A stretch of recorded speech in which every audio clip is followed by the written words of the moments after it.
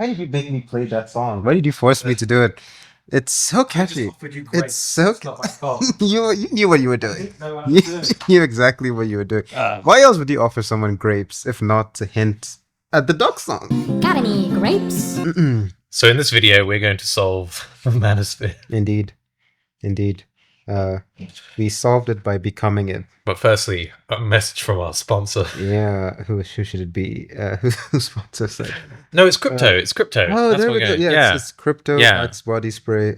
Sign up now and this get is- 50 free Plato coins. Yep, that's definitely On our us. trading platform. We are men. This is beer. Obviously, don't mind the tea bag in here. This is not, and the steam coming from it.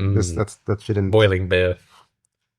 But anyways, the Manosphere, we are outflanked in terms of hours on the internet Yes. of guys talking about, I guess, how to exist as a man in the world in a way that's actually not terrible. And so as close as we can get to having the conversation would be good, I think, to having an honest conversation about how this works. But I think one thing that I was curious about it, that I've asked you about, I don't remember how it went, but I was wondering if you had any experience almost falling down or fully falling down something like an alt-right pipeline. I actually have a At story that about point? this. Yeah. Yeah. So I would say I had a friend who was a close friend of mine. Many years were taken by me and other friends to sort of pull him out of it. But I took a step into it rather deeply when I was about 18 or 19. The glasses are getting foggy. Go. These are prescriptions, so I'm gonna keep mine on while I'm telling the story. Go on. So when I was, I think, 18 or 19, this friend in question, he had sent me a video from this group called RSD, Real Social Dynamics, which is a pickup group online, which basically just made weekly videos, really long videos. And this was, 18, so this was early YouTube, long form for YouTube even back then. So hour-plus videos.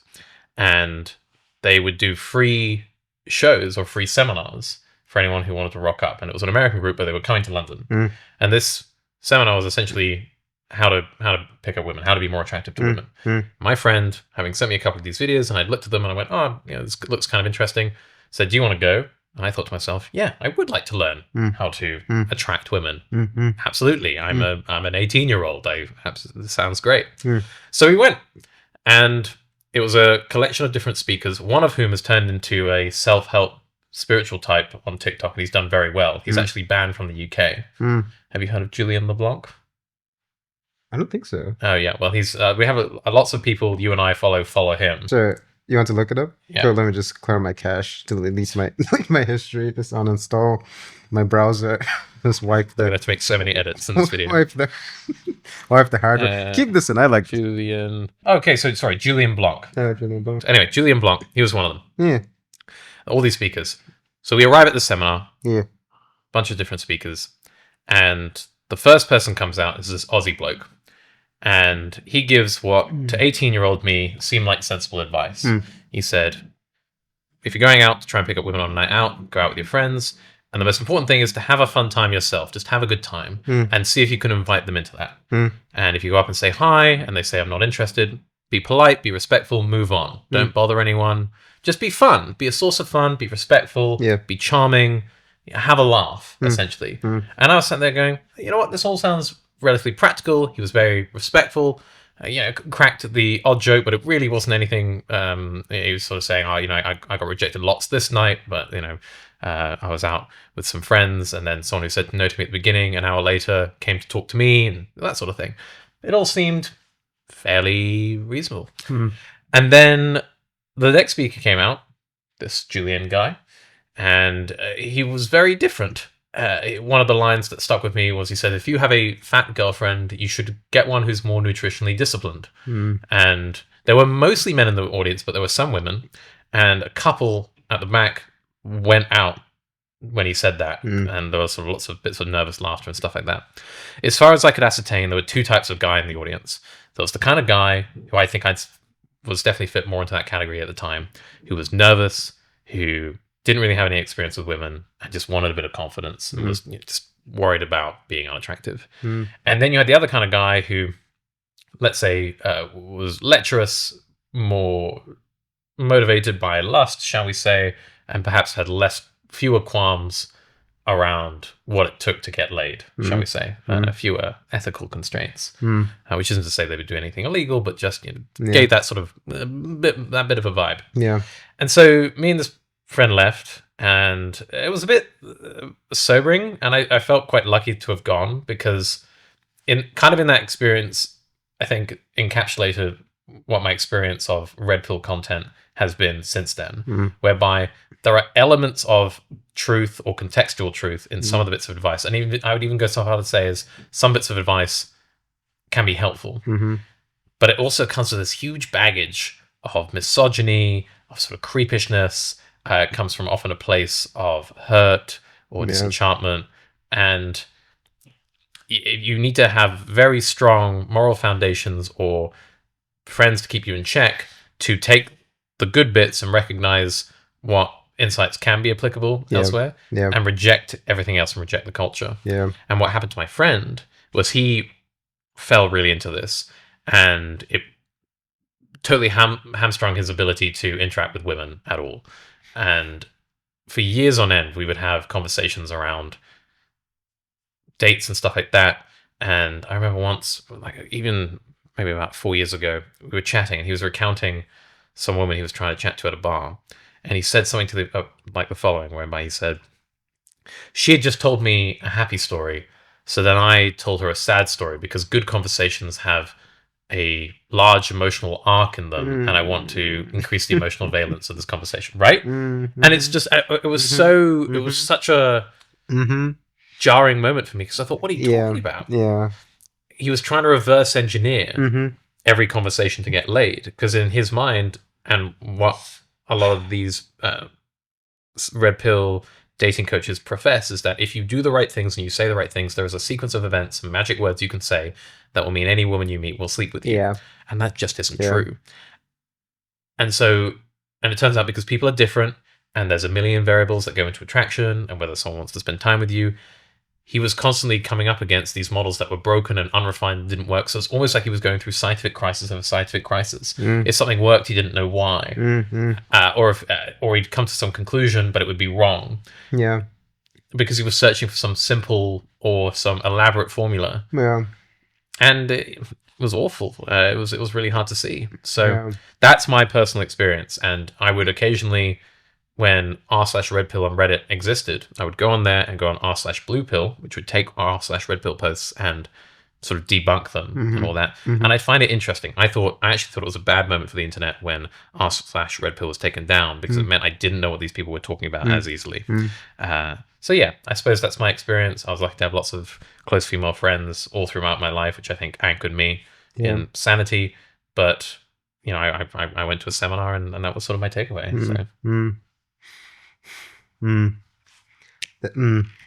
Take this off. That's disturbing. That's very interesting. I think the way you frame it is it being what you're selling to people are the magic words that any man can use to get any woman to like them. Or sequence of actions, magic words or actions or whatever it might be. That's a very interesting thing to sell to someone, and it's definitely not immediately obvious that that's something that anybody should want. Oh, sorry. Okay. It's definitely not immediately obvious that that's something that anybody would want in the first place. I think in my experience, interestingly enough, it wasn't through dating. It was political. It was the political alt-right red pill pipeline type thing. Because one of the interesting things about moving to the States when I did for my undergrad is my introduction really, I think, to certain parts of American politics happened in a large part in the 2016 elections, Trump versus Hillary, round one. And I remember hearing, I think it was the Democrat debate or whatever, and they were like, it's so cool that we were able to have a debate here that was civil, unlike those like animals or whatever in the Republican side. It was a comment like that, something derogatory said about the Republicans and their inability to kind of talk properly. And so that made me think, oh, I wonder what the Republicans are doing, because I didn't really know much about the difference between Democrats and Republicans growing up, with the exception of a few different jokes in Family Guy. But I didn't really understand what the jokes meant. There were many references I didn't get, but I checked out the Republican debates, and they were rowdier. They were more entertaining, though. It was mostly just Trump roasting everyone. And I thought, oh, that's funny. Anyway, so who's actually going to be president now? Thanks for the laughs. Let's see what's up. And then that ended up, doing what it did. Which, flashback. Who could have seen that coming? Yeah. But what would be crazy is if like he was elected again. That would be, oh wait, is that exactly what happened? Anyways, so that was really interesting. But I came in with this kind of idea that the Republicans, whatever it is, whatever they're doing, is just mostly evil, and the Democrats or whoever the Republicans are not, that's the place to be. And so when I moved to the States, for the most part, I had that at the back of my mind, and part of it was the way people would talk to me about these things. It would kind of spark my curiosity, because at some point I learned that there was a Young American for Freedom group on my campus, and I was told to stay away from them because they were a cult. It was the word I used, was the word that was used. And they're a conservative student group in the US. And that honestly made me want to talk to them more, because I was like, there's a cult on campus. Obviously, I want to go see what they're doing. That sounds really interesting. And there's this one fellow who was like the most American person you'll ever meet. Like, he draped the American flag around himself and would like be whistling the national anthem, just walking around. He was a very interesting guy. And people likewise told me to stay away from him. That made me want to talk to him even more. And my first conversation with him was actually really interesting. He's one of the sweetest people ever. And as much as he's a patriot, he's not, at the time, he wasn't really a Republican. He just loved the country. And he had critiques of most of the things that people have critiques on the way the country's broken nowadays. So that kind of made me wonder a lot more. And then at some point, as all these things were swimming around in the head, as the YouTube algorithm just kind of always knows what to do, that's where I saw it. Ben Shapiro destroys socialists with fact and logic. That smile. Like, damn smile. Yeah, and I was like, whoa, destroy social with fact and logic? Well, sign me up. And that's where it began. And I always, looking back at it, I always had a very interesting relationship with these videos. I spent time with them because they always felt like they were certainly giving me a different approach to things compared to what I was getting just from other news sources, I suppose. And so I was trying to do a balanced game type thing. I wanted my news to be quote unquote balanced, which is the excuse that, well, not excuse, that's the rationale behind a lot of people who spend time here wanting to be balanced. There's of course there's a dark side to balance. There's a dark side to quote unquote both sizing things.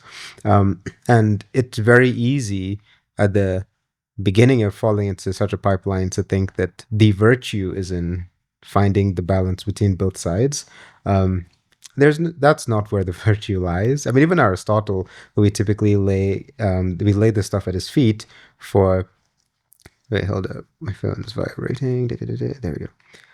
Even Aristotle, who usually we lay this stuff at his feet for the golden mean, and the middle between two different extremes, will suggest that a lot of the time the golden mean is closer to one extreme than the other. You can't be in the middle on everything. That's strange. But in these early days, it was Stephen Crowder, Ben Shapiro, a little bit of Milo Yiannopoulos, I think was his name. I didn't really watch this stuff, but yeah. Yeah, they were all just swimming around.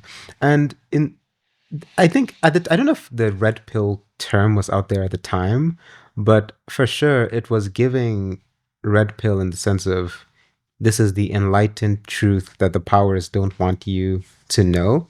I think I made a TikTok about this a while ago. What struck me about it is how a lot of them at the time were recording these podcasts in what seemed like bunkers. It's like, oh, they're like hiding because they are saying the truth that nobody wants you to hear, which is really interesting because nowadays they're like billion-dollar corporations and they have the fanciest studios ever. But back in the day, there was something, I think, visually appealing, about feeling like this is the secret truth that people don't want you to know. And the name of the game really just seemed to be contrarian. You're just against whatever it is other people are doing, whatever quote unquote the mainstream is doing. And there were certain things that. Oh, did you ever thought? What? Oh, I thought you were about to say something. That's fine. The only thing I say was I think the modern day equivalent of that is the Nick Fuentes and Alex Jones kind of version of that. Certainly Nick Fuentes, but sorry. Yeah, and so that was an interesting time. I think that it became my place in all of this was always a bit strange because there were some things that I think I could never quite get on board with.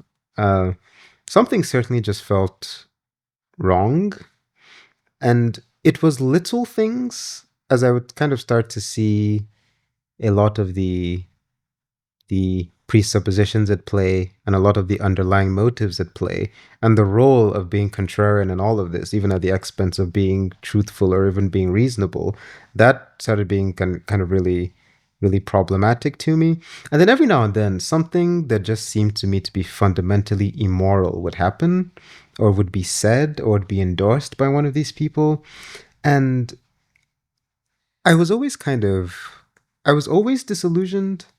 But moments like that would make me kind of wonder, like, what exactly are we doing here? What exactly is the purpose of all of this? And I think the final boss of all of this, as I would always say, was Jordan Peterson. And Peterson, I think there's a way to tell the story of Peterson where it's like people who don't like him say that he was an idiot from the beginning and all of his followers were stupid, and now we all see how stupid he is and blah, blah, blah. And I never want to tell the story of Peterson that way.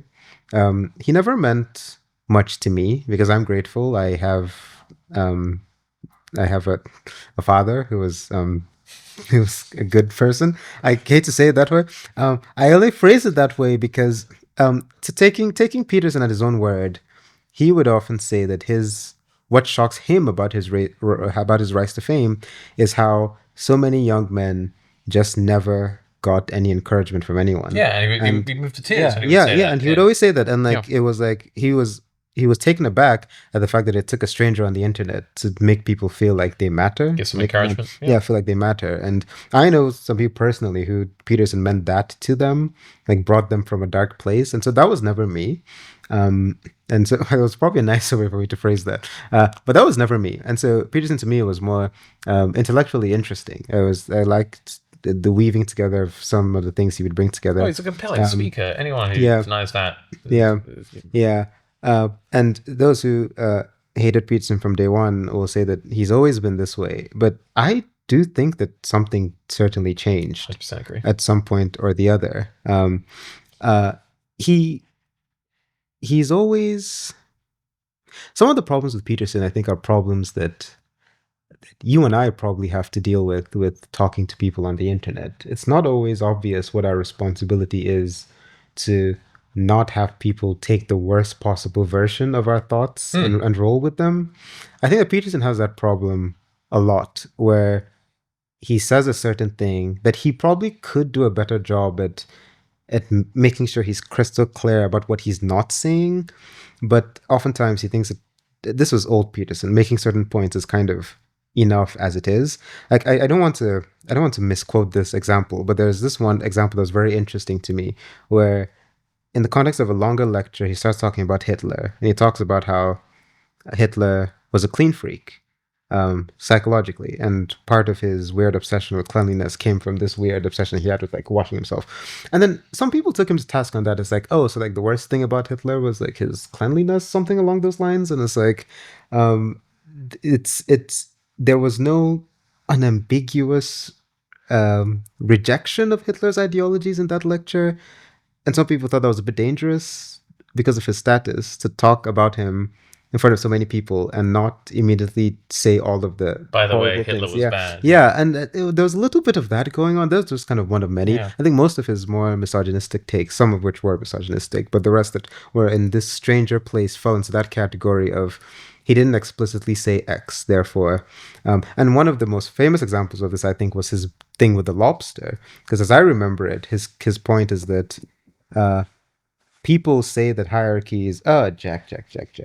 That's why you did that earlier. Oh, are you one of them? That's okay. That's okay. That's okay, Jack. We don't judge you. I'm like. Anyways, yeah. So Peterson just walks in right now. It's like boss music plays. He actually lives here. No, go on, please. Darn! I've walked in. Is this an ambush? Are you wearing a wire? Anyways, yeah, I think the most obvious example of this was the lobster thing, and really, I hope my memory is not failing me here because it's been a long time.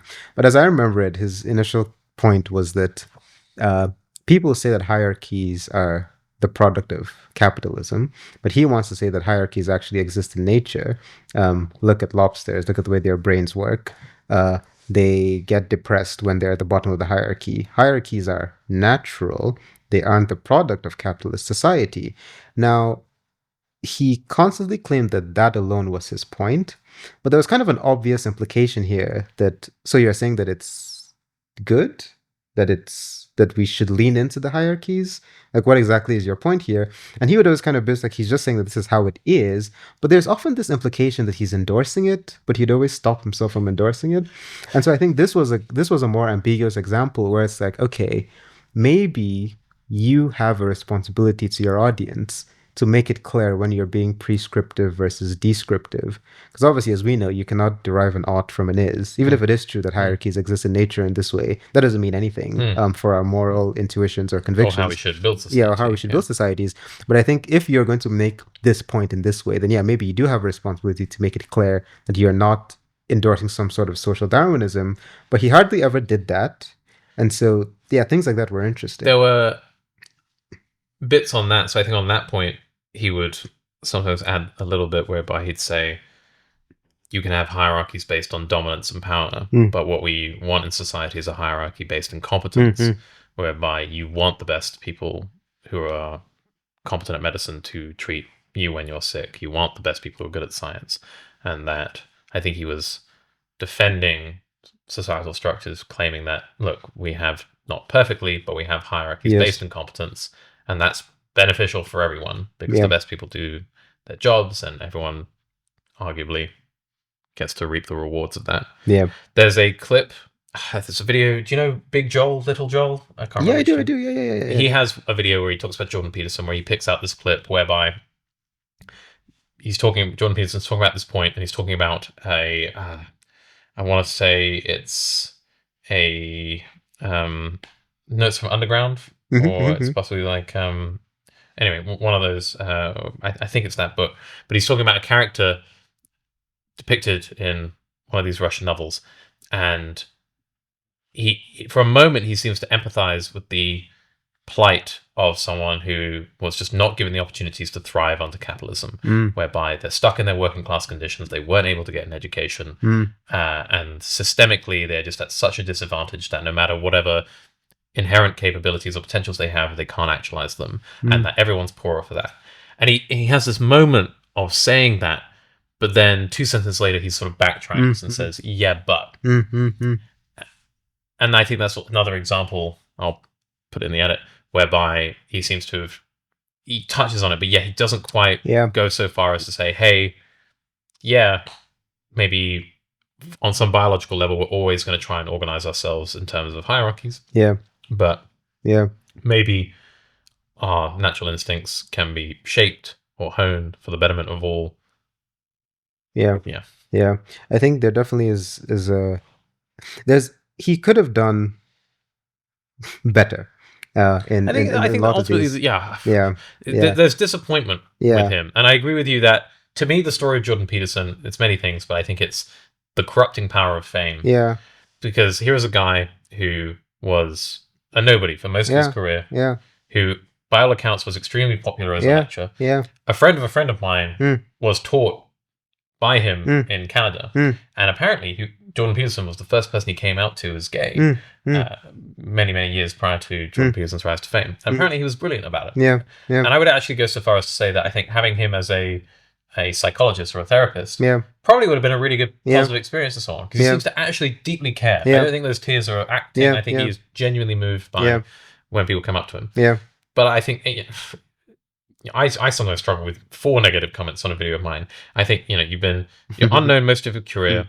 take a stance against Bill, C-16 in Canada, against the sort of usage of pronouns.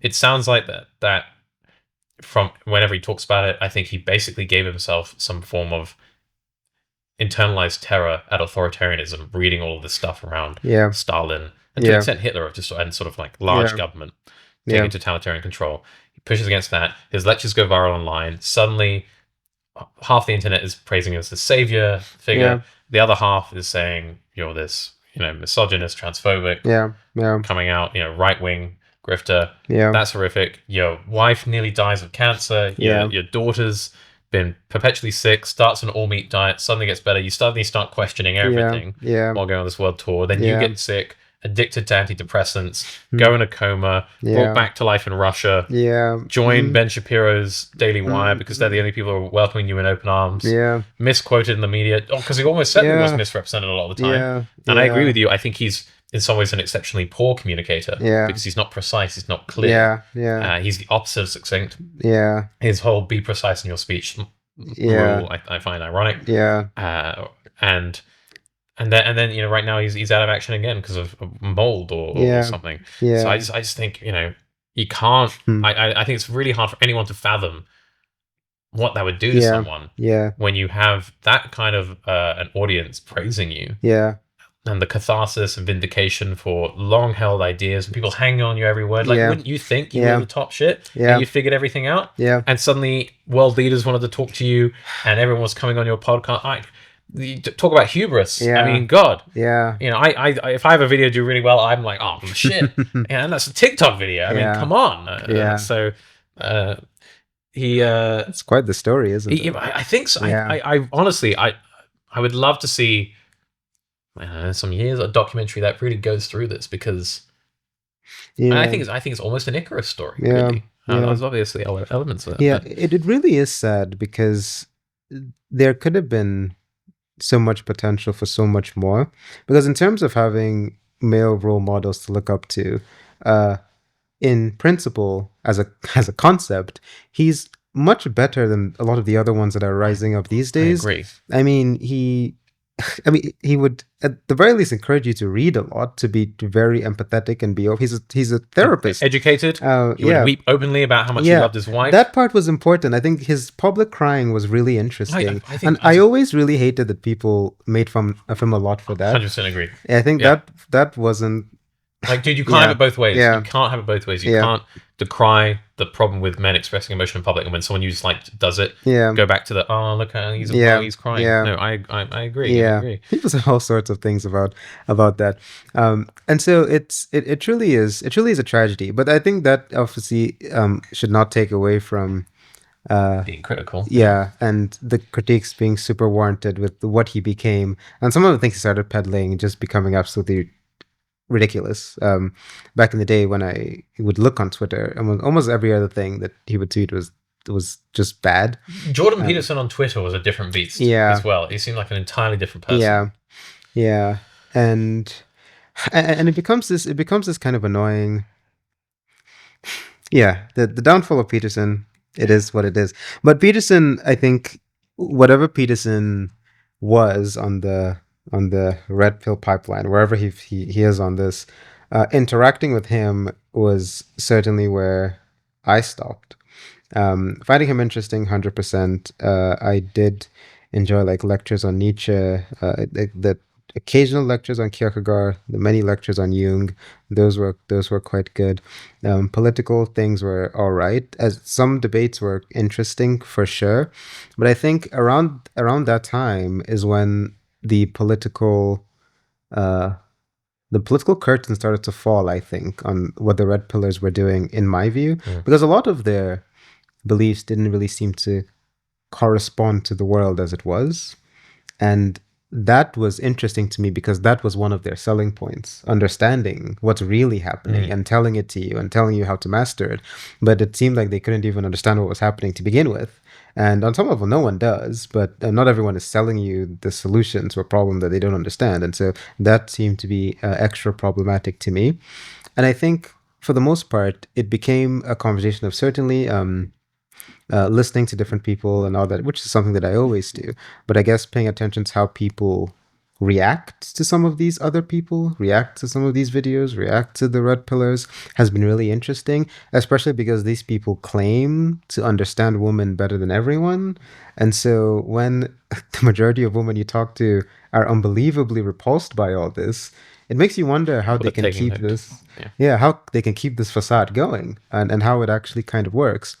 And I think one of the most transformative things, legitimately, in addition to just talking to people and all that jazz, is I don't have my matcha or tote bag right now, unfortunately, but reading feminist literature. It's really interesting. I had the honor of being in a class with Soraya Chemali, who's an author, and she was talking about how one of the biggest problems that a lot of these books, a lot of men just don't think it has anything to do with them, so they just don't approach them at all. That's like a real problem of the lacuna between the books and the men specifically. But a lot of these texts that I appreciate, in part because I appreciate philosophy in general, and I appreciate a lot of anti-colonial philosophies, which deal with similar issues, the issues of being othered, the issues of feeling at the bottom of society, the issues of having your story and your being constantly dictated by somebody else. This is something that's very prevalent in feminist literature. And I was drawn to it for that reason, but I was also drawn to it because there are so many things that I don't think I always noticed until I saw them, I guess, pointed out and argued. So Soraya Chemali has this book called Rage Becomes Her, and it's a book basically describing why a lot of women in a lot of societies have reasons to be angry a lot. And that was fascinating to me because it's all sorts of things. It's the amount of physical pain that, statistically speaking, a lot of women experience more than men, that they just have to live through, see as normal. It's a lot of the cases of hospital visits going wrong with doctors, not taking the pain of certain people seriously. It's all these things that just kind of exist in the world around you that once you become aware of, you can't quite unsee. And it was interesting because on some level, I was always aware of these things. I spent a lot of time with my sister and my mother growing up.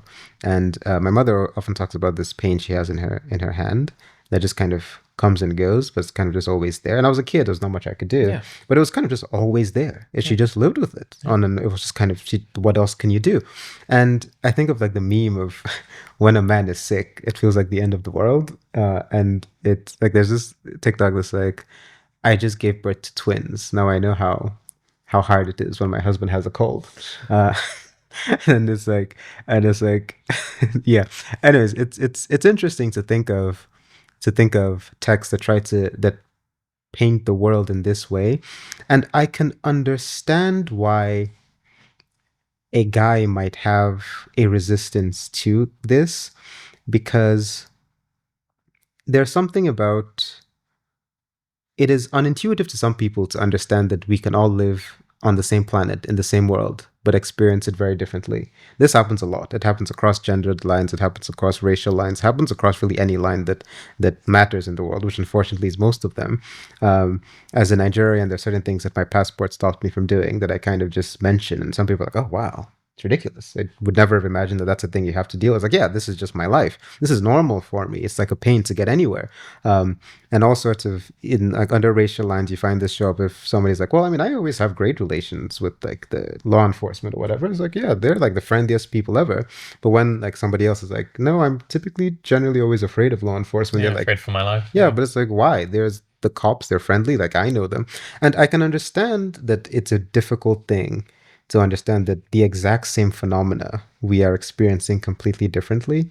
And I understand the hesitancy.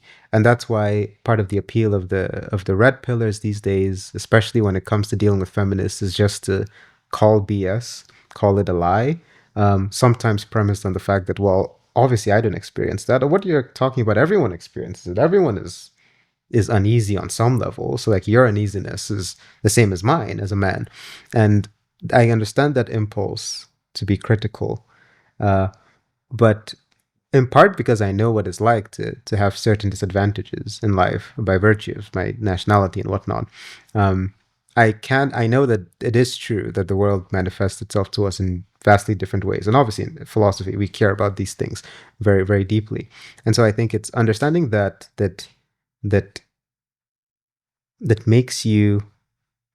I think the best way to properly understand that is to not only take on a stance of curiosity, but fundamentally a stance of belief, empathy when you can. There are some things Trust. you just trust. When people tell you this is how I experience the world, believe them. Yeah, there's some things you will not understand. It will not be part of your lived experience. So as an example of that, I remember when one of my friends came out to me as trans. This is someone I did comedy with for a very long time. And they said, hey, I'd like to be called a she. Well, the way they said at the time, they said, Jack, I've been lying to you for a long time. And then explained to me that they had slowly come to terms with being trans. And I said, no, I don't think that's what a lie is. I think you were just going through a big internal process. I'm glad you finally told me. I'm delighted. What should I call you? But I said, what, you could think of you as a woman now. What would that mean? Like, how can I affirm your gender? Like, how would you like me to treat you differently, if indeed, other than the obvious of pronouns and name and stuff? And they said, I really don't know. And talking with her about that, it was a great conversation. But I said to her, in a way, I feel kind of colorblind when hearing about this sort of thing, because I've never had what I would perceive as gender dysphoria as feeling like a different gender than the one that people perceive me as and identify as. It really is. I just have to go. If you experienced all this way, you've given me some words where I can sort of imagine that. Okay, if you perhaps not the best one in all situations, but maybe can get you there. If I suddenly woke up and my brain had been put in a woman's body, how would you feel? And I go, okay, I'd feel a bit at odds with my physical existence. Okay, I can sort of picture that. If that is your daily experience, right? I can see how that would be not ideal. And if something I can do in the way I interact with you can change the way that you feel internally, then of course I'm going to do that. Of course I'm going to help you with that. But that requires, I think, a certain level of humility, a certain level of trust, and maybe even imagination, right? The fact that your experience doesn't do the sum total of everyone else's. And I think you're completely right. There's a paradox with the red pill ideology, because on the one hand, they say, hey, your experiences are valid when you feel like there are inequalities in mating, or however they phrase it, or that society does have it out for you, or there are where you perceive there to be unfairness, perhaps as an overcorrection. This is correct. But at the same time, you're right. They also say, this is the correct way to view things. This is the red pill. This is the reality. You're unplugged from the matrix, baby. You're seeing things as they really are. And so, it's unfortunate. I think this point on imagination is certainly very correct, because one of the lost potentials of Peterson is his ability to get a generation of young men to start reading literature and fiction.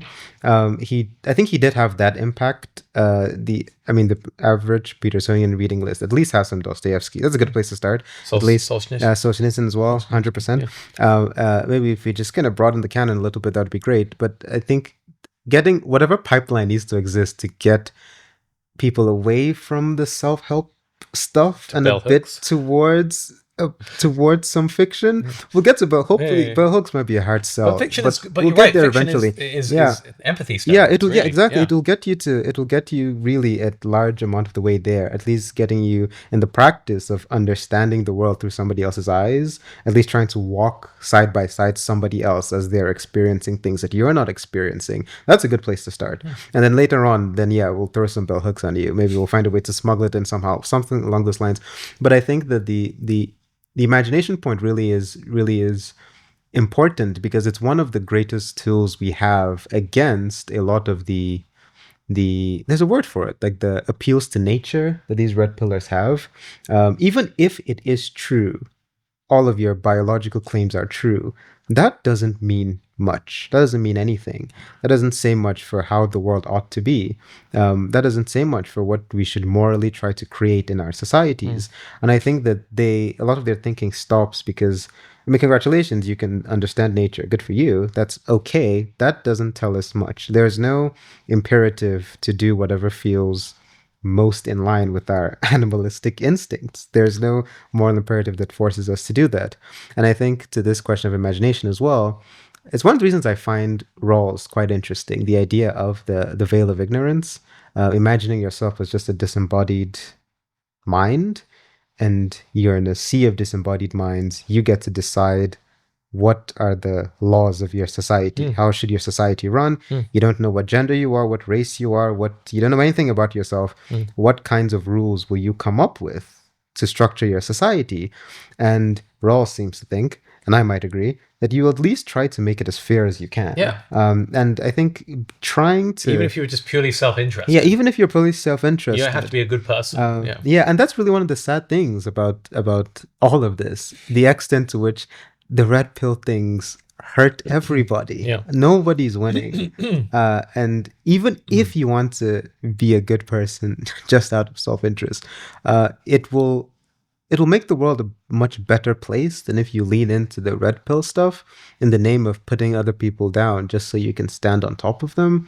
There's kind of no way that it's not a good long-term strategy. Yeah, it's not. I don't even know if it's a good short-term strategy. I mean, maybe it is. You'll get some perks, I guess, if you're into that. But the extent to which these things hurt all of us, it's really unfortunate. I wanted to ask you, because I remember, I know you came into some hot water some time ago, didn't you, Jack, for one of these videos on cancelled. Yeah.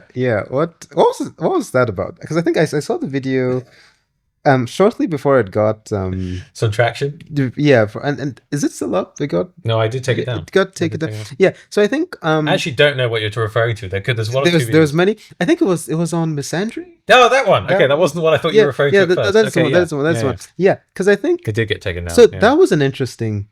I was very frustrated. That was an interesting thing that happened, and I think the Misandry conversations are interesting because here we get to talk about what is you. Okay, are you wearing both of them? Okay, I was going to wear mine too because I'm done with the tea. All right, I don't know how is back into Misandry. All right, Misandry. Sorry, you were saying about Misandry. It feels like we're getting excited about it. It's like, yeah, time to do Misandry. Yeah, okay, let's do it. All right. Yeah, once you more. Were saying. We solved Misandry by becoming misandrous. That's usually how it works. Yeah, because with the Misandry conversation, we get to have, as best as we can, a conversation about hurt that goes across all lines under oppressive systems. Yes. In a way that... Well, the question is, how can we have the conversation about hurt properly? It's very difficult. Yeah, and very difficult. I guess to begin with, I'm actually curious about what exactly your video said. It's been a while, and what the reaction was to it, and how it went completely wrong.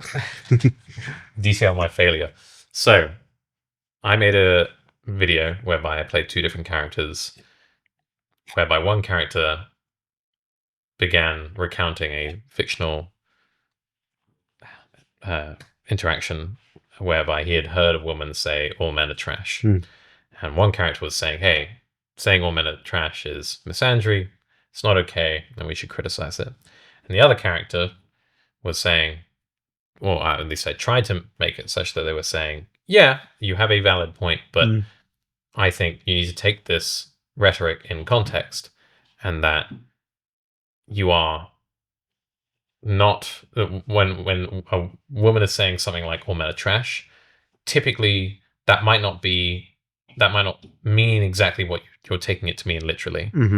And so the other character was sort of advocating, I suppose, for more nuance and understanding, whereas the first character was advocating for a sort of straightforward, almost normative moral stance of, hey, all sexism is bad. In any situation, it's all equal, and much as we should criticize misogyny, we should criticize misandry. And the reason why it got taken down for hate speech, because many times in the video I said all men are trash, and TikTok algorithm said, hey, you shouldn't do that. This is after it got a lot of views as well. It was a bit bizarre. And yeah, a lot of guys are upset with me about it. A lot of women seem to be happy with it. A lot of guys are upset because the character who was advocating for nuance, they said basically seemed to be apologizing, or an apologist for the genuine misandry that occurs in society. And I had a lot of guys saying, hey, you don't realize how this affects us when this rhetoric is normalized. And it really affects our mental health. So, did you have many people liken it to racism? That tends to happen.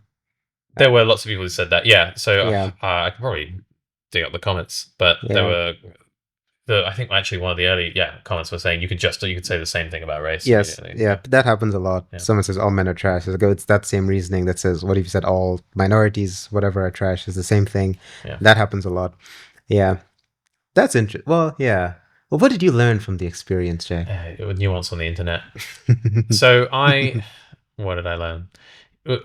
It's very difficult to talk about, as you say, pain and advocate for empathy online. And I've made videos since when I've tried to play an Andrew Tate character that a little too convincing, by the way. But go on. Yeah, no, unfortunately, the haircut right now does mean I fit right in. And the lobster. Yeah, it's not that we're beating the allegations. Hey, look, I just collect a lot of art from Germany. That's cool. And from specific time period. Oh, that's why this is on your wall. I thought it was Buddhist. Okay, I thought it was Buddhist. Oh, anyway, it's a mistake that could happen to anyone. That's it's a very smart reference. Yeah, thank you.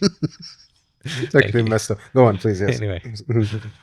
It's fine. Transcend samsara. Yes, go on. Yes.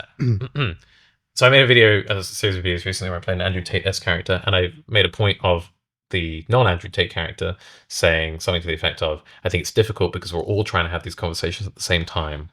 Everyone is experiencing some level of pain.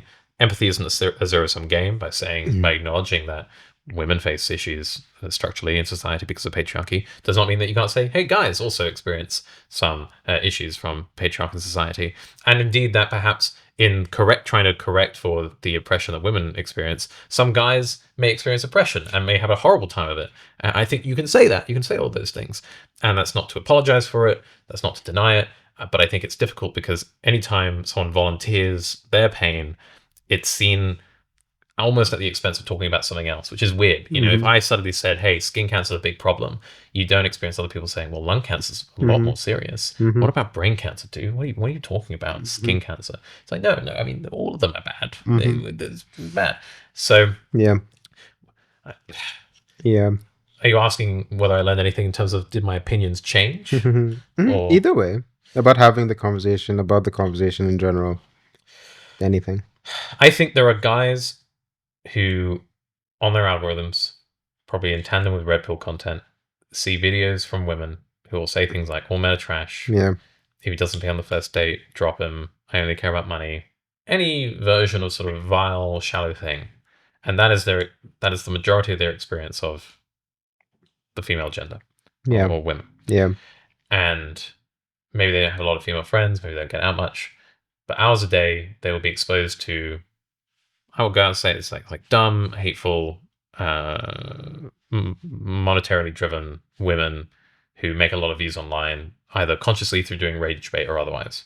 Because those people exist, because there's billions of people on this planet. Yeah. And some dumb, hateful people are going to be women, just statistically. Yeah. And when I say to them, hey, women saying all men are trash, for me, I don't take that as seriously as a man saying something misogynistic because of structural reasons. I can totally get why they're saying, fuck you, man. Yeah. You're apologizing for this abhorrent stuff, and it does affect men. Yeah. I get them. Yeah. Because they have a different set of reference experiences. Yeah. So. Yeah. It's giving pick me. It's like, did they choose you yet, bro? Yeah, no, I am also accused of that. That tends to happen, isn't it? So. That's also a different pathology on its own. Yeah. I think this is a fascinating phenomenon that actually happens to have some relevance with some of the things that I spend time trying to make sense of in the things that I study, which are, among other things, like questions of agency and morality under oppression. This is a difficult question as to what, if anything, might be required morally from people in oppressed groups under a system that is oppressing them.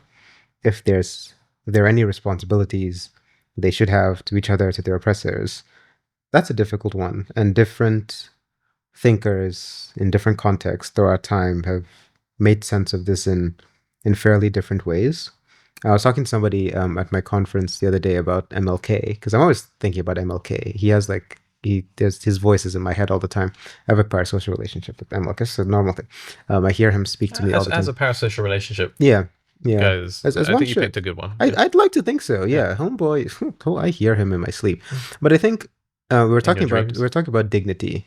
I had one of those the other day, but someone should write something about that. That's a good title. Sorry, Let me write that down. I had to. Yeah.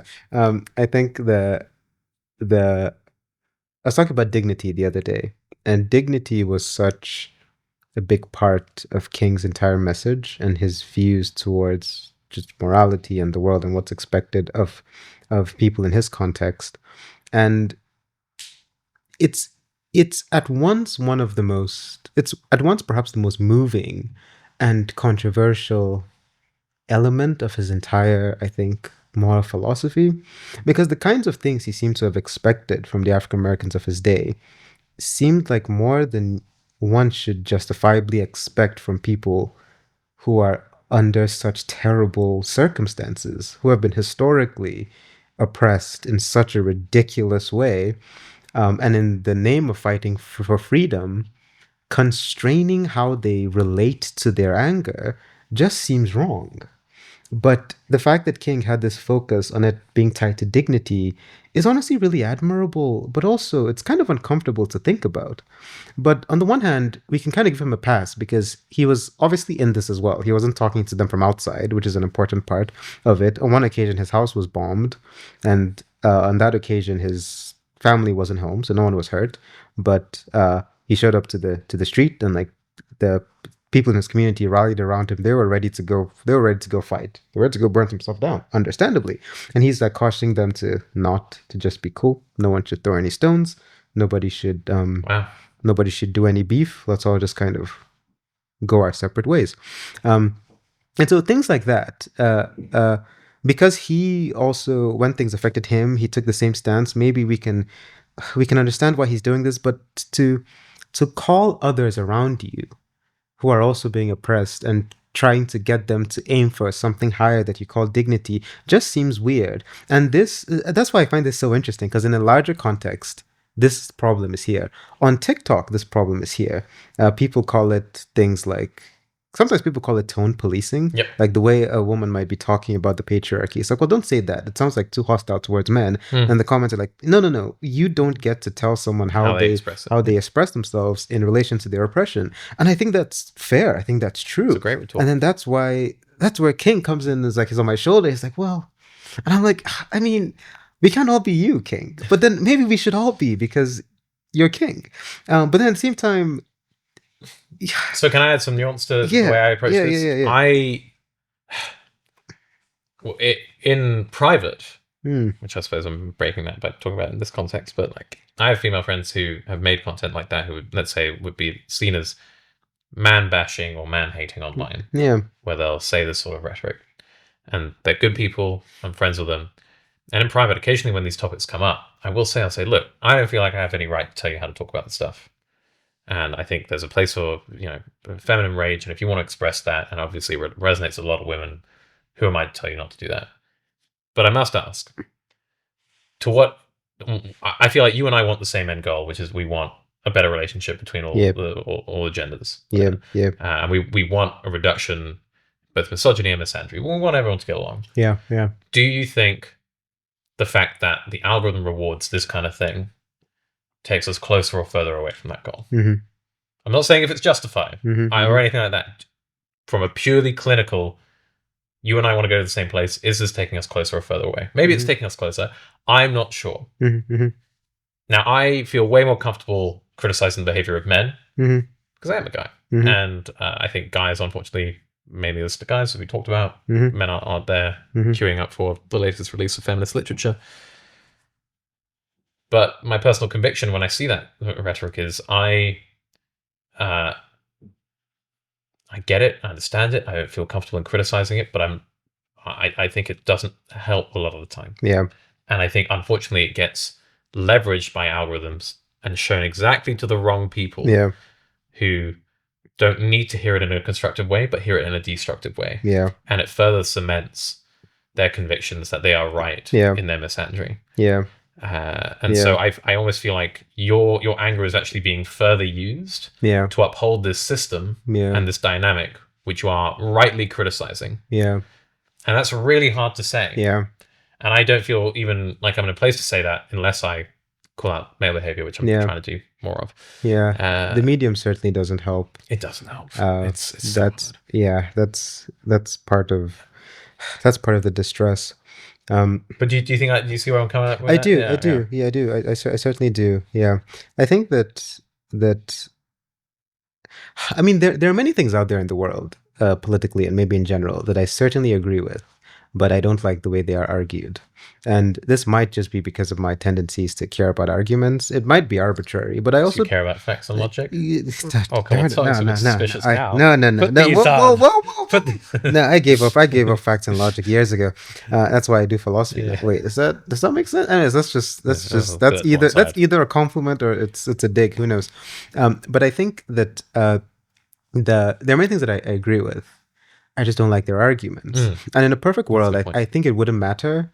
But I think part of my belief in strong arguments is because I think they do matter in the grand scheme of things, in terms of making your conclusions come into the world properly, or defending your conclusions against problems in the future. I think having the right arguments to get somewhere is preferable than just having a good conclusion. And I think that certainly comes into this conversation, because I mean, a lot of the arguments as to why it's okay to say certain quote unquote hateful messages on TikTok, a lot of the arguments are weird. Like, there's the occasional guy that comes up and says, if you are upset at the phrase all men are trash, it's because it's about you. I think that's a bad argument. And it's like, I mean, somebody told me all Nigerians are like crooks or whatever. It's like, I mean, don't say that. Yeah. That's weird. Yeah, now, we can say that, okay, context matters. Nigerians, I mean, in the context of the US, I guess we are... You could say we're an oppressed group or whatever. Yeah. But like, so, language and all that. Yeah, and again, this comes back to the whole, what I was saying to you earlier before we put on the mics, where language games, what do people really mean by the words they say? Yeah. To me, when I hear all men are trash, a lot of the times, really what I'm receiving and what I think is being expressed is men in my life have treated me badly, and I resent that. Yeah. Yeah. And 100%. But what you said, now it becomes interesting, because then I wonder. I think part of the reason why the conversation is difficult is, in all these conversations, we need to take as much into account as we can, and one thing to take into account as well is the hurt of men. And as we kind of started this whole section talking about, it's the question of how to have this conversation properly, how to take this into account properly. That's really difficult. I think my stance on this, as it's kind of grown and changed, has been something like, I have a Substack essay written about this that is in my drafts at the moment. Follow the Substack, people. It's all my name. Everything's my name. What else do I have? I have a PayPal. I have a Cash App. Pause. Hold that thought. I need to replace the battery on this. We're back. So you were just mentioning your PayPal. But yes. So Substack. What's the Substack that you have in your drafts? So I was writing a Substack about misandry versus misogyny, and the only reason I haven't... Who will win? I know, it's a fight to the death. Choose your sides. And it's like Captain America versus Iron Man. It's like different people sit at different sides of the theater. Are you a misogynist or a misandrist? Anyways, and then how many references can I stick into this tangent? It's like in The Office, where D'Angelo is like, if you're a woman, raise your hand up. And if you love a woman, raise your hand up. And he's like, both my hands are raised right now. That's going to be me. It's like misandrist or misogynist. Like, both my hands. Anyways, that's terrible. So we can cut that out for sure.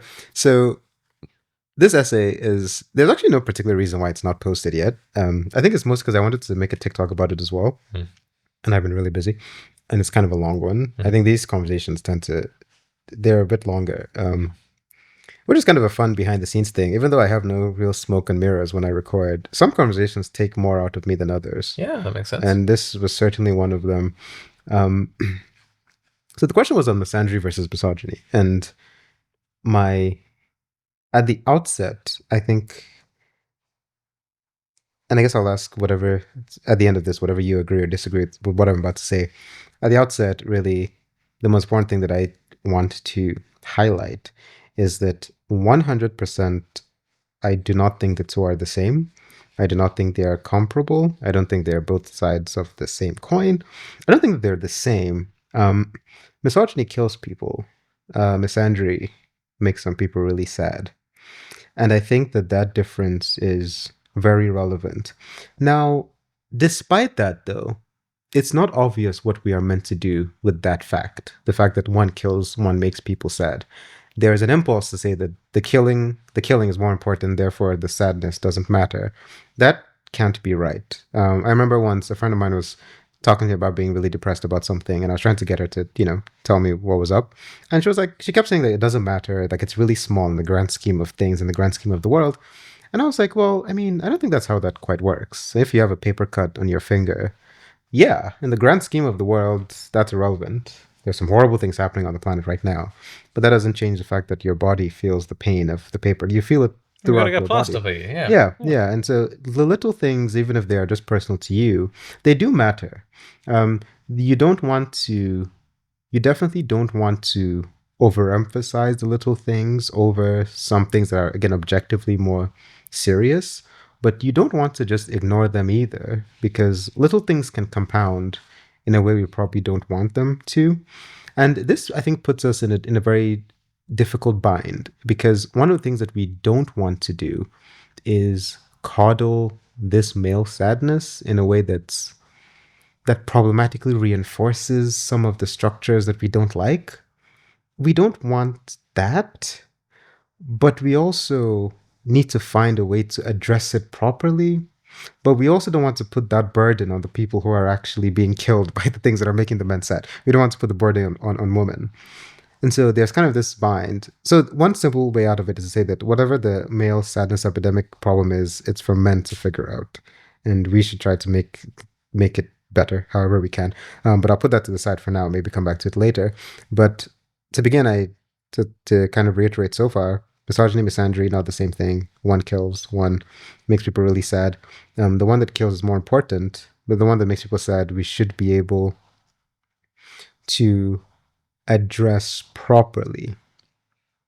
Can I say one more thing? Yeah. I also think it's in the interests of solving both problems to solve the other one. Yeah. That they are not independent variables. Yeah. That one feeds the other pretty directly. Yeah. I'd say it's in the interest of those concerned about misandry to solve misogyny. Yeah. Perhaps, understandably, those concerned with misogyny, a little bit, I can understand given the severity difference we talked about. Yeah. Be less concerned with misandry, but these two are not unrelated. Yeah, they're certainly not unrelated, but I certainly don't think that we can solve misandry, or we can solve misogyny by solving misandry. They don't have. I don't think their relationship is reciprocal. No, that's exactly my point. Exactly. Yeah. So the solution to misandry is solving misogyny. Yeah, I think what I said in one of these videos, which I do hold as a conviction, I think misogyny often seems to happen in a vacuum. Maybe it's cultural passing on. Yeah. But I think misandry less so. Yeah. The cultural misandry we see right now. Yeah. I think misandry is often a response to misogyny. Yeah. And then that brings us a difficult question of what is expected from people under misandry. So I agree with everything you said so far. Yeah. It then becomes a difficult question as to what we can expect from how anyone conducts themselves in these situations. There can be an impulse for sure to say that if you are at the risk of being destroyed by misogyny, if you are more at risk than others, whatever you do in relationship to this should be supported by everyone. If you choose to if you're a woman and you choose to go on a mission to rescue men, we can support you for that. If you choose to lock off from all men and say how much you hate them, we should be able to respect you for that too. We should be able to respect anything that you do. And this is where the bind comes in that I don't know how to escape from. Because on the one hand, I want to support that. But on the other hand, as you referenced earlier, based on what our end goal is, not everything will get us there. And this is I think an almost it's such a morally problematic state to be in, Not everything will get us to whatever end goal we want. And this is one of the reasons that King had this big emphasis on dignity, for example. He famously has an argument about means and ends and how they're meant to relate to one another. He decries any philosophy that claims to teach you can separate the means from the ends. He thinks the means and the ends have to be one and the same. So if the ends you want is integration between the races, your means have to be integration between the races. You want to be as brothers now to get there. And that, again, it's asking so much morally from people. Because it's like, I mean, so much pain can come from that. Because like in his case, it's literal pain. There is segregation. You want this restaurant to be desegregated. How do you get there? Well, you as a black man, just go sit in there. They are going to punish you for it. But it's better in his mind than just like bombing it or like punching people in the face as they walk out of it or anything of the sort. You do that long enough and it's going to like, he has like this is almost just problematic phrase that he uses. It's like, while they are beating you, at some point they'll like pause and reflect at who they are and what they're doing. Like they see their fellow human being that they're beating, and it's going to make them kind of look inwards and like question what they're really doing. And that's a much better way to get to brotherhood than you just fighting them. So let them beat you. And it's like, I mean, like, yes, sure. The part of, yes, but that's a difficult one. Yeah. And I think one of the reasons why I might be more inclined to be with King here, and my conclusion at the moment probably has to be, this is something that I can say, maybe I can advocate for, but certainly not something I can see as an obligation for anybody else at all. But I think the reason why I can see it maybe as an obligation for myself, as I think of racial relations, for example, which affect me more directly, I can hold on to this because none of this is fair. And the fact that we have to have this fight to begin with, any of these fights, already means none of this is fair. None of this should have happened. Yeah. But there is this element of liberation philosophy, the liberation of all peoples everywhere around the world, that has this element of unfairness to it. And it's because I'm aware of this unfairness that I understand the potential necessity of falling on my own sword occasionally. Because here's an example to not be so abstract talking about unfairness. I'm really moved by the calls for prison abolition in the US that comes out of the Black community. I'm moved by the prison abolitionist movements that come out of especially the Black feminist tradition in the US. And the prison problem in the States is one that disproportionately affects some communities over others easily, and the Black community is heavily affected by it. If tomorrow the Black abolition tradition succeeds and abolishes all prison, this would help everyone in society, but it would mean that there would be some communities that existed in the US their entire lives and were never affected by this problem. They will just never know it happened. So in the Black feminist tradition, not only are your people being affected by this, you have to fight to change it. And then once you change it, assuming that this is a good thing that we all want, everyone benefits from it. And it's like, okay, you had to fight for this thing that you didn't ask for, but it's just your problem. And some people will never experience it at all, ever. That doesn't seem fair. It's this unfairness that I find interesting. And so if prison abolition obtains and it ends up being a net good for society, this whole thing would have been fairly unfair. The people who caused the problem, who fed into the problem, never really suffered directly from it. And the people that they oppressed into it freed themselves and in the process freed everyone.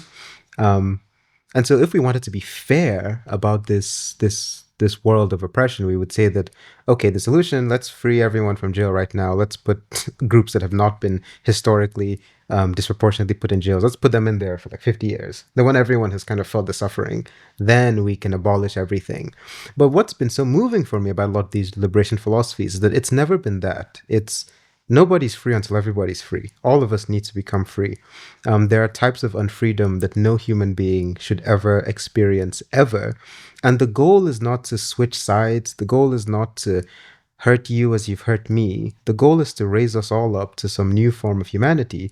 And this is like the most moving part of me morally in a lot of these philosophies. King has this, Malcolm has this, Fanon has this. You find this all over the place.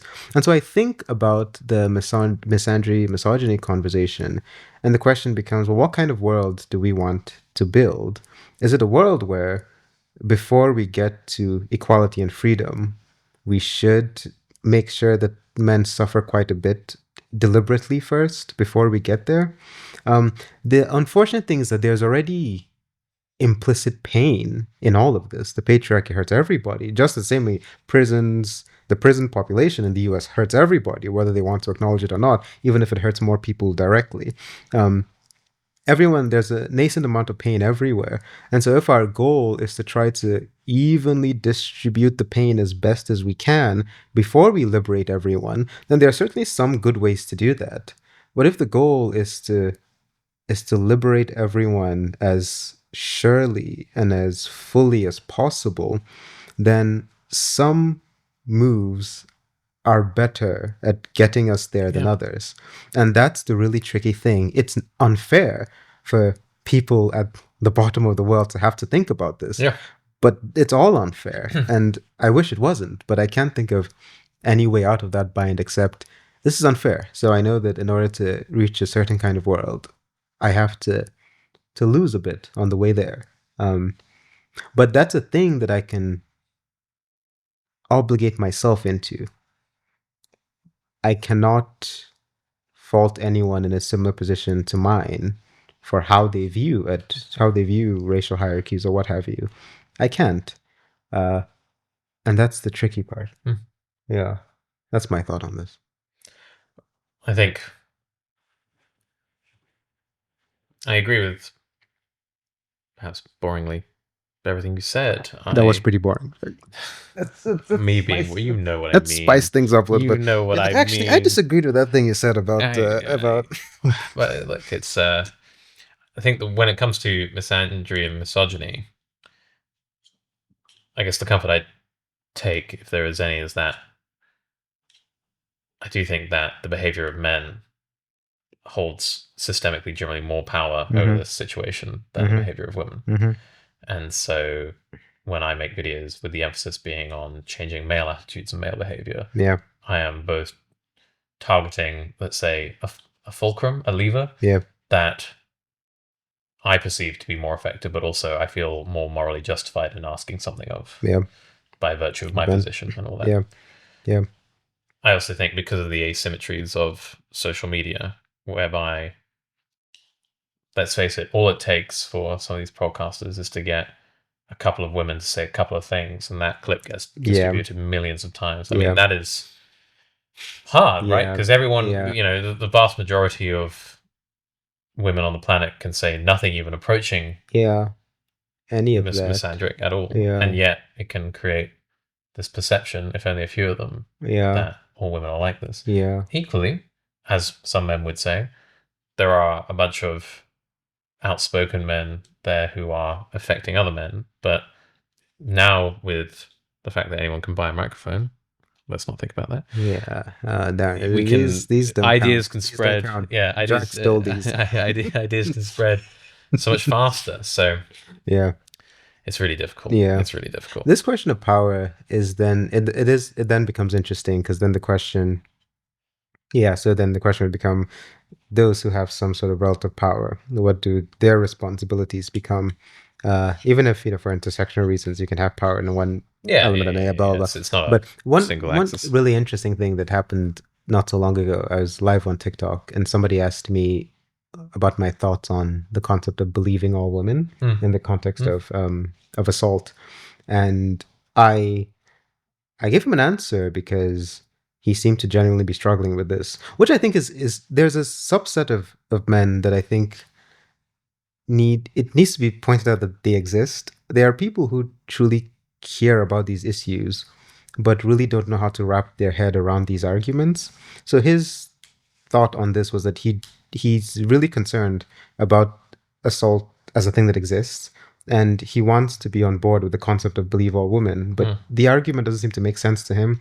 It seems slippery slopey. It seems like it could lead to some bad things as well, and he just kind of wanted to know how to work through it. And I do want to say that there's a class of men like that exists who care but don't understand the arguments, or the arguments just seem... Or disagree with the arguments. Or maybe disagree with the arguments, or like when the arguments become catchphrases, they don't really know what to make of them, because catchphrases are weird. And so my thing with him was, my response was something along the lines of, I think that politically there's this thing that could happen where people will choose to ignore a real problem in the name of defending themselves against a hypothetical problem. One of the most obvious examples, this is definitely going to get us to one of the most obvious examples of this is firearms in the US. Don't release this until I'm back safely at home, by the way. Anyways. Until I send you lots of JD Vance memes to your phone. My foot down. That's so goodness gracious.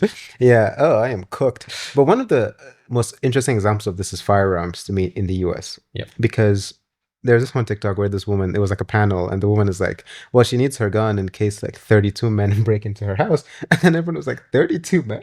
It's like, then the comments are like, specifically the comments are like, if 32 men break into your house, I'm going to assume that you probably deserved it. Somebody was like, they only sent 12 for Bin Laden, but Bin Laden only got 12. It's like, why are 32 coming into your... But like, this is an interesting thing. So it's like, okay, that's such a lie. They only said 12 for Bin Laden. That was crazy. That was actually crazy. I was like, okay, so hypothetically, this could happen. Fair. And a lot of the concerns as to why people believe they need guns, or what if the government becomes evil, starts to oppress you 100%. What if? Great. Every day, though, actual people, kids in schools, are harmed by these things. Yeah. And it's like, every day this happens, but we can bracket that because hypothetically this other thing could happen. I don't like political conversations that hinge on this. I think there's an element of almost faith that comes in believing that future human beings in your community will make the right choice when the time comes. Yeah. I think if you they'll iterate. Yeah, exactly. Yeah. If you outlaw guns right now, and it does lead to this epidemic of the US, then fucking change the law. You'll figure that out when you get there. Well, that's what we all do. We figure things out as we get there. But we cannot ignore actual problems right now. And so when it comes to something like assault, there's the fear that, well, what if we said we believed all women? It would turn to false accusations, happen a lot, and men's lives will be destroyed or whatever. That's the concern. And I think, as I kind of just said, if we do this and it leads to an epidemic of men always being constantly fakely accused at the rates at which women are actually assaulted today, then we can cross that bridge when we get there, in my opinion. I think that I have no qualms with that. It seems wrong ignoring an actual problem here. Plus, I think that the believe all women is more of it's a personal societal stance. I was going to say, it's a cultural call. It's not a legal one. This is always definitely not a legal one. Right? Yeah, that's an important distinction as well. It's not a legal thing. The law is fine as it is, innocent until proven guilty.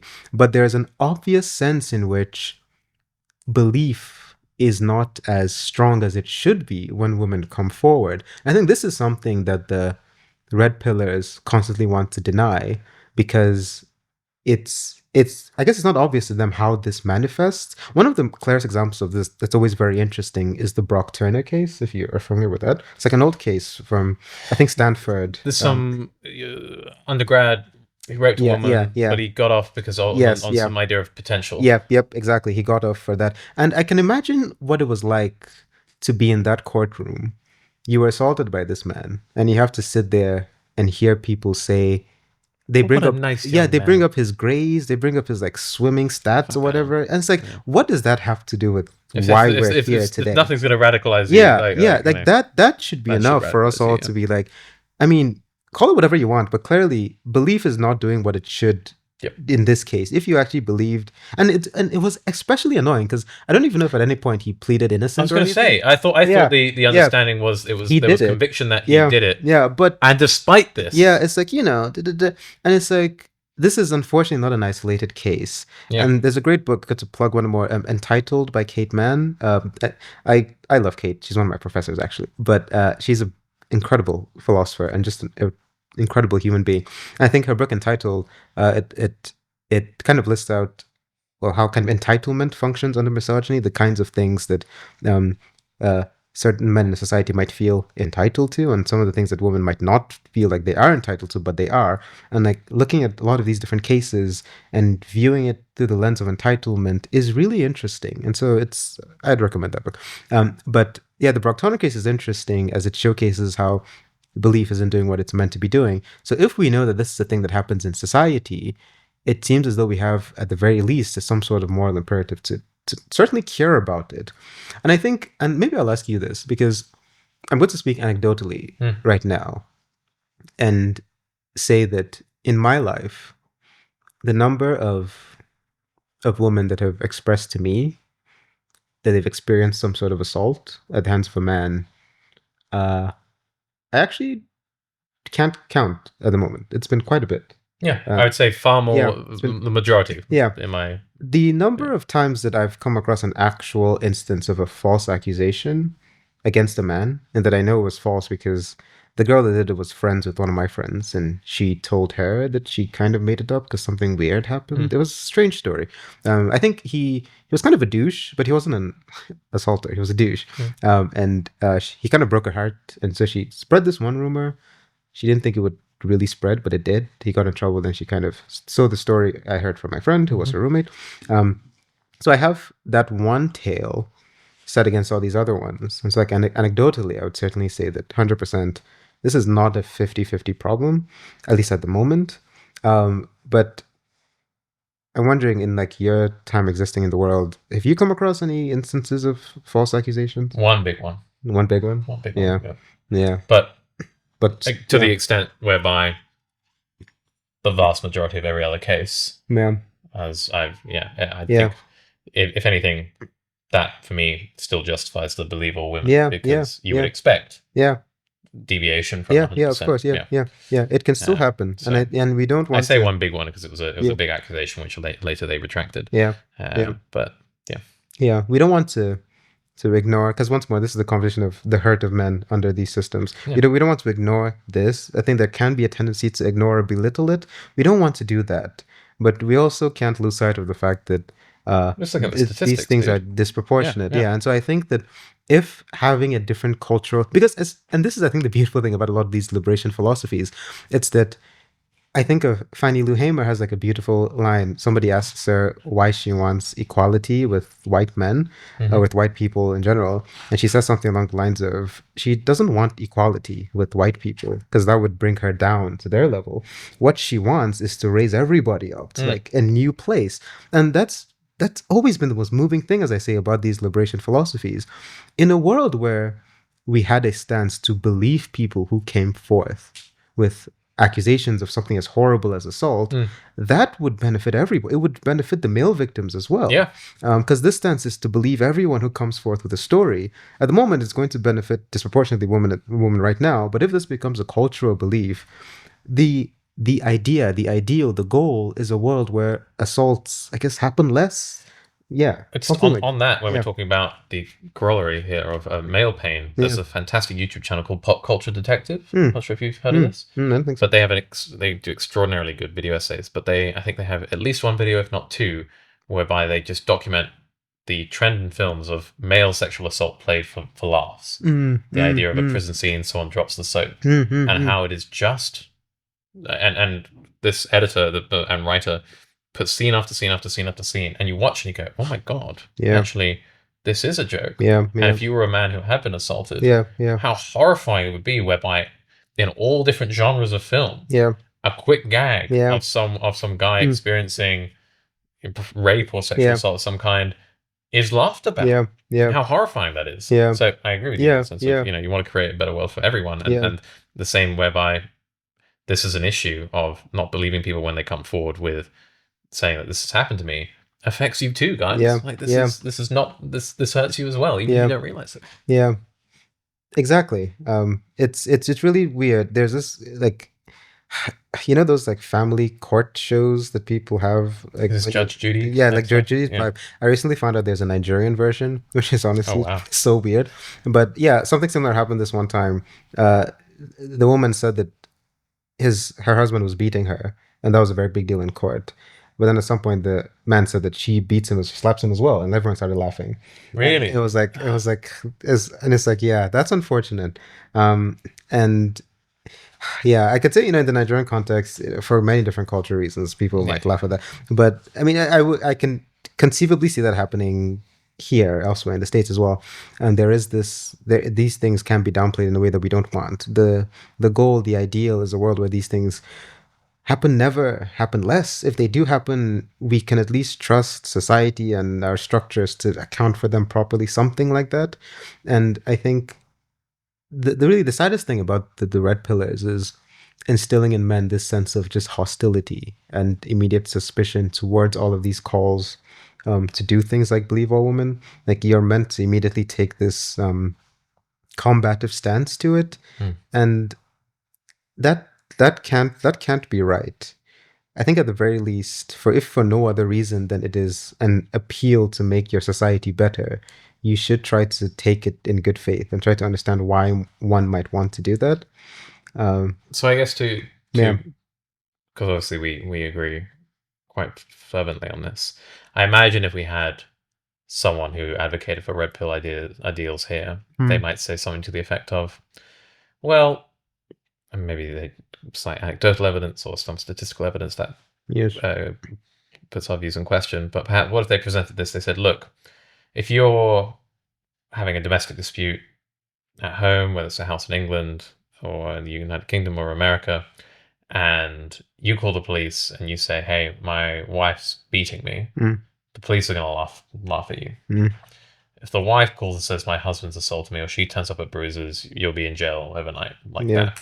Yeah. Then they might say, if anything, we think that this culture does exist and it's already gone too far, because right now, if you want symmetry, sure, but can we at least have male, like, assault? Like, the danger of believing all women is that it does give disproportionate power in these cases. Now, I think to that, I would say you're kind of sort of making the point for us, because we want each to be taken as seriously as one another. And if anything, we should kind of have it such that, obviously, trends aside, if a man and a woman who are married or not married or in a relationship or don't know each other equally accuse each other of assault of any kind, those accusations are taken as seriously as one another. I think that's kind of the world you and I want. Yeah. Even if you have sociological data which suggests that in one direction they perhaps happen more frequently. I think the problem with the issue, as our hypothetical red pillar has presented it, is it's not obvious what then they're advocating for. Because if you say that the problem is when men call, they're not taken seriously, and your diagnosis is, our issue here is that we're believing women too much. The issue here is that men are not being believed enough. So advocate for that. But they kind of advocate for that to my knowledge, but it usually, they're framing it as a woman problem for some reason. And I see no conceivable reason why you'd want to do that. Because at the moment, that does seem like what your problem is, and I would 100% agree with that. I can conceivably see it being true that a man can call and it'll be all laughs on the other side. That's a problem that we can all advocate for. I cannot, off the top of my head, imagine why believing women less would solve that problem. Exactly. Yeah. Because as the hypothetical person framed it, if a woman calls, they come as they should because she's being assaulted. Yeah. So that's at least one side of the problem solved-ish. Or at least you assume the threat is genuine. And when you're prosecuting, you presumption of innocence. But when the police are being called, you assume calls are genuine. And that's the correct disposition at each stage of the process. You take the threat as though it's 100% certain, and then you take, when you're trial by jury, presumption of innocence. So I think they should do that instead of whatever it is that they're currently doing. And it really is sad because they have such big followings. I don't even know how young guys are when they start probably watching these things. And it can be, there's this one really harrowing case. I think it's in the book entitled that I referenced earlier. Kate Mann uses this case to make a few points. it's a very harrowing case of a man who, I think he shot up a sorority or something, and then killed himself after holding such strange, entitled, misogynistic thoughts first a lot of his life in school. He was upset that no one was sleeping with him. He felt like women only went after like jocks or whatever, and so they had no time for him, all that jazz. Yeah. And one really interesting part of the story is that at some point it's kind of suggested that it's not even clear if he ever really asked anyone out. He just kind of assumed he was entitled that they would. Yeah, he assumed that he was entitled to them, and they were rejecting him because he's not like a 6-foot white jock person. Yeah.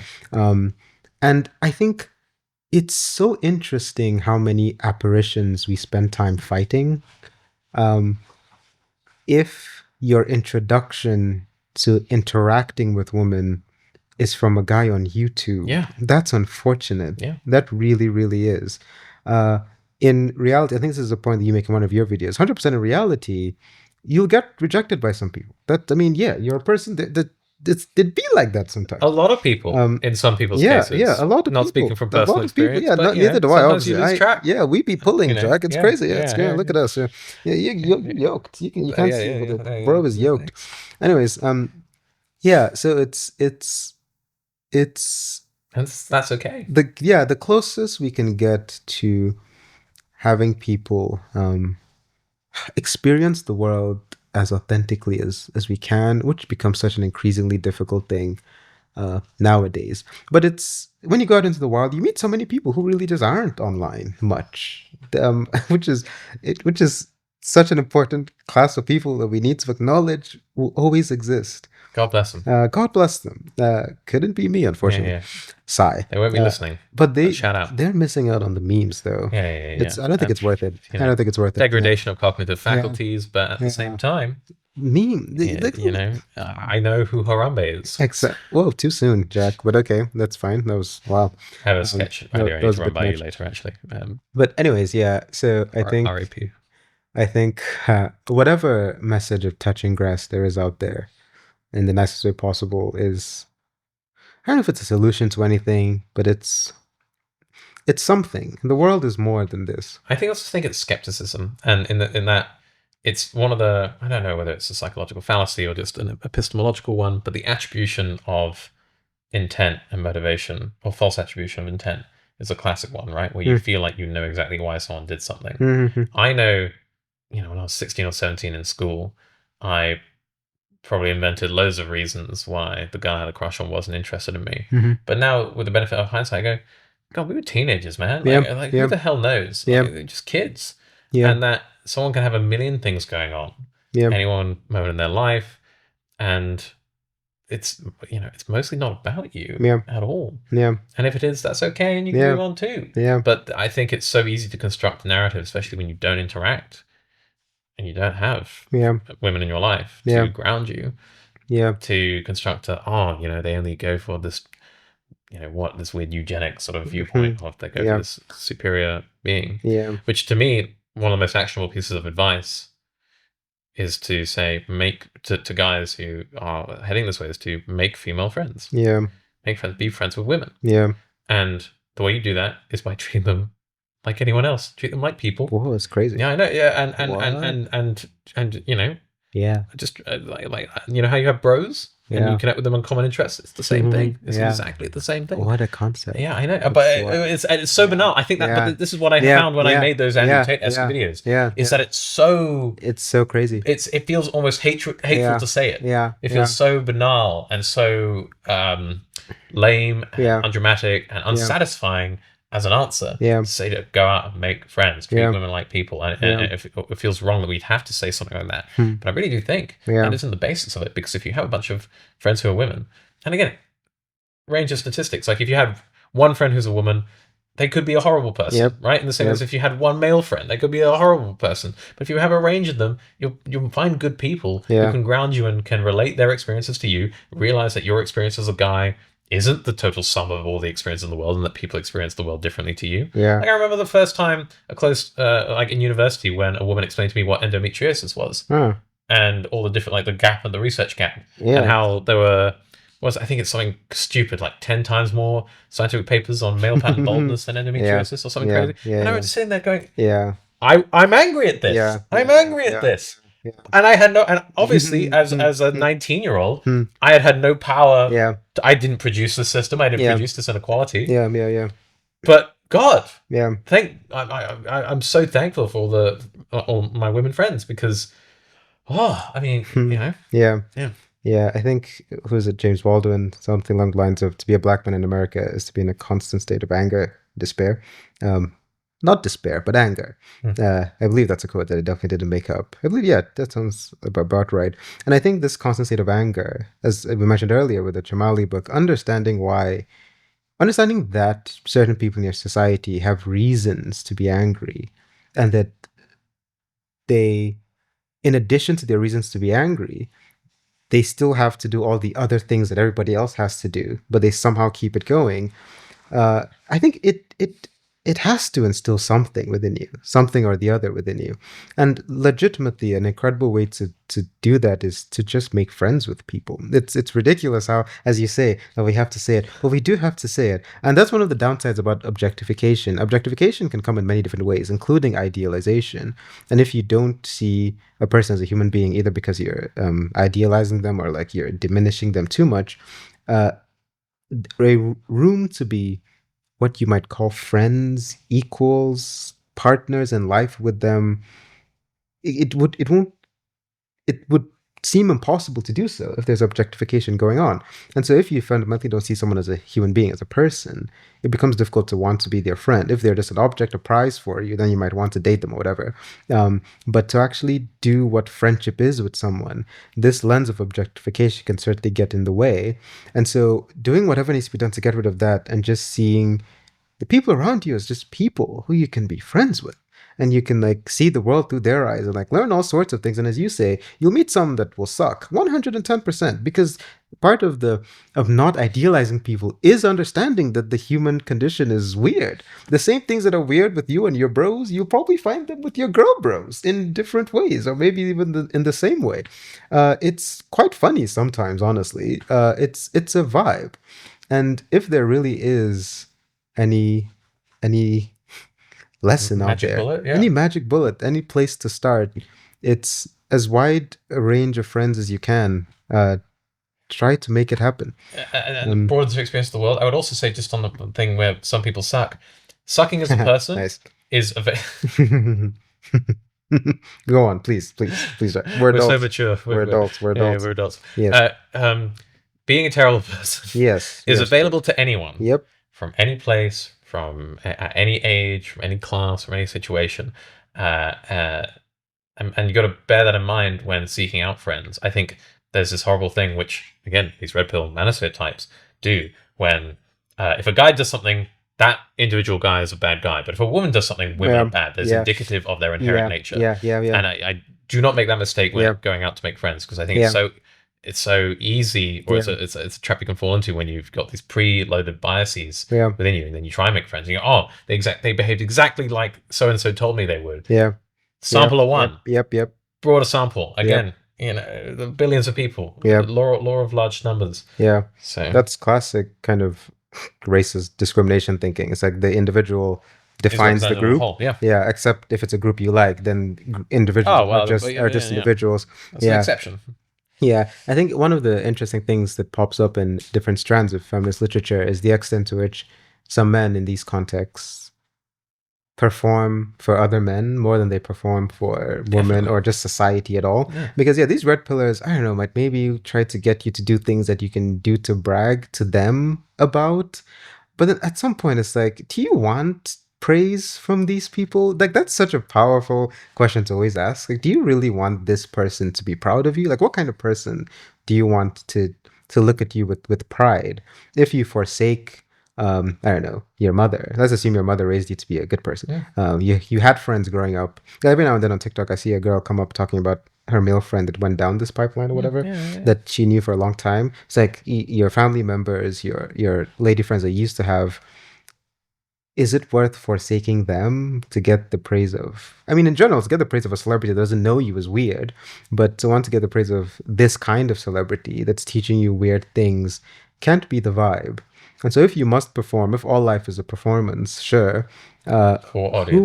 Who would you want to perform for, and to what ends? It shouldn't be the red pillars. It can't possibly. It shouldn't be women for that matter, because that's weird.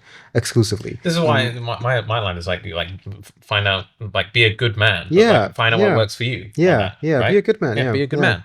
Yeah, what a concept. That's a right. yeah. You know, and I like that because it's also I'm not telling you what manhood involves. Yeah. Because for some guys, having some affirmative model of masculinity is a really positive thing. Yeah. So okay, fine. Find out what that is. Yeah. Be a good man. Yeah. Do whatever. Yeah. And dare I say, it's easier to be a great man.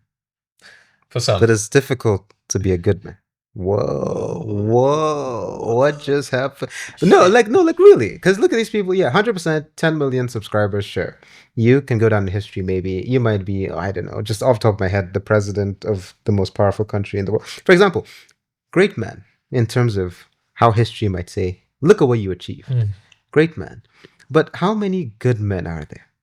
That we can say such and such was a good man. Just do the right thing. That's rare. And so if what you want is accolades, if what you care about is numbers in either sense, if it's money or bodies or whatever, sure, you might be considered great in some corner or the other. But to be a good person, that's a difficult thing.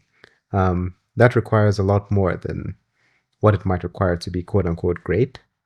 And it's thankless. Yeah, it can be very. There's no cheering crowd. Yeah. I sometimes think of like this idea of that true glory is quiet. Yeah. Where it's just doing the right thing. That's and why it's often the hard thing as well. Yeah. And you just think to yourself, and I think of these moments where, I don't know, it can be so trivial where someone left something at your house and they don't have time to go get it, so you got to go return it to them. And it's important, and you think, I don't want to do it. But I'm going to do the right thing. Yeah. And it sucks. Yeah. And that's the right thing to do. And yeah. So if there ever was some advice, that might be a good place to start, something along those lines. Make as many friends as you can, as widely as possible. Yeah. And be a good man. Be a good man. We can quibble some other day for another 2 hours as to what goodness is. Let's do meta ethics one day. That's going to be totally fine. But I actually do think that, I don't know. I hate to do the podcast bro thing, but the Aurelius quote does come to mind of waste no more time discussing what a good man is. Be one. Oh, there we go. Right? Yeah. There is an element of whatever model of goodness you have. It may be flawed. Yeah. Lord knows ethicists disagree. Yep. But it's probably okay. Yeah. You know? Yeah. Oh, Aurelius coming in clutch as always. Slay. Yeah. Beautiful. Be a good man. And I think what that does, I think it promises less than what the red pillars might promise you. It's hard to know what you'll get from doing that. It might make your life more difficult. It might, you'll probably lose some being many things maybe. But I think, I don't know, when you do win, it's like, there's this line in How I Met Your Mother where I think Barney's talking about how he's slept with more people than everybody else or something. And then Marshall is trying to get into the conversation, which is weird because Marshall's married. And at some point, somebody the other says, actually, this is a different scene I'm thinking. I'm thinking later down the line. I was going to say, isn't that scene where Marshall's like, I've slept with Lily more times than you slept? And it counts. This is later when Barney, I think, meets the mother for the first time. And she asks him, do you want to keep playing or do you want to win? And I think to get him to go just like marry Robin. And I think it's like trying to be good. I don't know, will you win? I mean, I don't. You can still win. I think when you do win, it's different. It's more meaningful, I guess. It's more beautiful in a way. There's a beauty in life that you lose if your life is on a screen looking at podcast people in general talking about things like this, not things like us. Watch us forever, put us on loop every day, but don't look at other podcasts.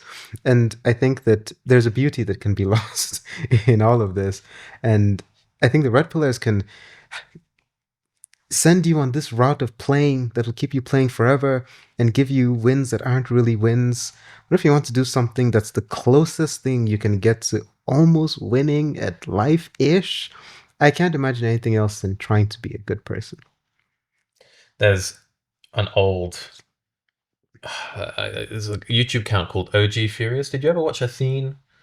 Did you ever play World of Warcraft? No. You seem too sophisticated. Bruh.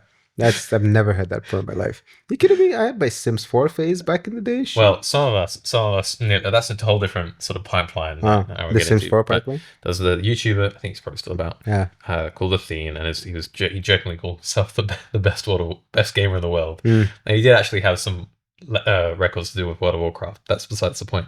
One of his co-hosts in this show was a character called OG Furious, played by this guy called Dean Leeson.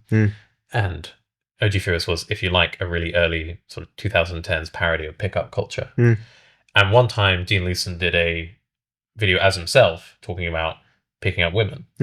And I think he had a really great line where he said, be someone you respect. That's the only advice I can give you. All the pickup stuff that's out there is trying to convey or market that you have attractive qualities like confidence and liking yourself. The fastest way is just to like yourself. Be someone you respect. Be someone, and he said, be someone whereby if you met them walking down the street and had a conversation, you think that's a cool person. That's someone who I want to like me. And that's been a really grounding thought experiment for me. And to your point of being good versus being great, liking yourself, which is different from liking your achievements, liking yourself and the decisions you've made, it's great. That is a form of greatness. It's a quiet one, but Any closing words, Jack? Time to close us off. Well, you can have the last word. Make it good. No pressure. No pressure. I think you had the best last word, but I just couldn't resist throwing in something there at the end. Wait, which one was that? Which part was it? The World of Warcraft digression. Oh, that part. Yeah. You brought Martin Luther King. Oh yeah, and then I brought. We bring different things to the conversation. No, sorry, I've stolen yours. That's okay. Oh, JK, that's fine. But it's okay. I mean, as we were talking about earlier, I'm the man who brought Joe from Love is Blind next to Hegel. And I'm not done yet. I already see where you're going with this. There's going to be worse. There's going to be worse ones. And so MLK and World of Warcraft, I'm ashamed I didn't think of Atuna, to be honest. I knew you knew where I was going with it. I did. I was waiting. It was weird you hadn't brought it up yet. I was waiting for the draft. It's actually really fun. This is one of my favorite running jokes on my TikTok because it's funny because it makes me laugh every time. Because I know the punchline. But it's funny because I also say something like, I know none of you asked, but blah blah blah. And then every now and then someone's like, oh no, we did ask. Like, we always ask, blah, blah. And I'm like, really? So when I talk about, would you goon every ape? And I know all of you asked, and people are like, we didn't ask. I'm like, oh, which is it? Did you ask or did you not? And some people just say what? Yeah. So that's always funny. I'm a big fan of that. Yeah, you can have the last word. Closing remarks. I think if you're a guy that's experiencing pain, and you find the siren song of Red Pill-esque podcast bros seductive, consider that the solutions that they offer you might keep you in their orbit more and more, and actually deepen that pain considerably. Make friends, be a good person, give it time, be patient, and things do get better. Yeah, read if you can. Widely, literature is good. Fiction stuff is good. Read some feminist literature, like actually. I think it's a complicated world, and the closest we can get to understanding as most of it as we can. The closer we can get to understanding as most of it as we can, the better we can probably navigate this strange little planet that we call home, for better or worse. Is there a lighter note to end on? Lobster. There we go. I hardly know her. Beautiful.